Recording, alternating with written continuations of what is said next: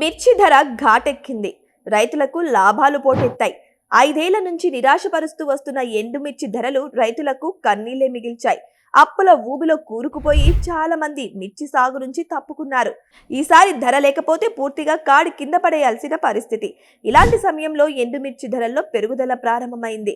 ప్రస్తుతం క్వింటాలుకు సరాసరి 20,000 రూపాయల ధర పలుకుతుంది.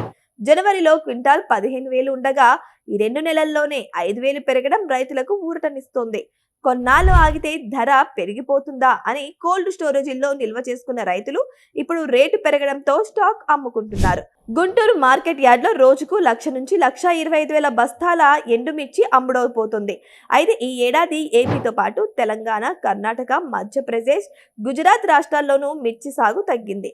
పంట పండించే విస్తీర్ణం తగ్గడంతో దిగుబడి కూడా తగ్గింది.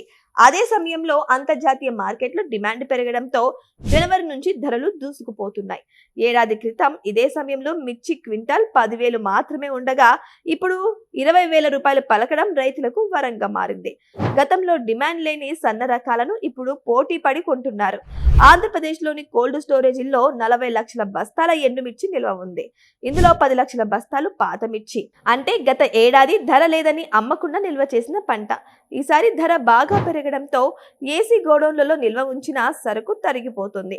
కొత్త పంట రావడం లేదు. ఈ మధ్య కాలంలో మిర్చి పంటకు పెట్టుబడులు భారీగా పెరిగాయి. మిర్చి నారు, కూలీల ఖర్చు, ఎరువులు, పురుగుల మందు, కోత, ఆరబెట్టడం వరకు అన్ని ఖర్చులు కూడా కలిపి ఎకరానికి 4 లక్షల వరకు ఖర్చు అవుతుంది. ఎకరానికి 25 క్వింటాల దిగుబడి వచ్చి రేటు 20,000 ఉంటే 5 లక్షలు వస్తుంది. ధర 18,000 ఉంటే 4.5 లక్షలు వస్తుంది. క్వింటాల్ 16,000కు తగ్గితే నష్టాలు తప్పవు. గత సంవత్సరం రేటు 10,000 దాటకపోవడంతో చాలా మంది రైతులు నష్టాల పాలైపోయారు. మిర్చి సాగు నుంచి తప్పుకున్నారు. ఈసారైనా రోజులు మారకపోతాయా అని మళ్ళీ మిర్చి పంట వేసిన వాళ్ళు చాలా సంవత్సరాల తర్వాత లాభాలు చూస్తున్నారు.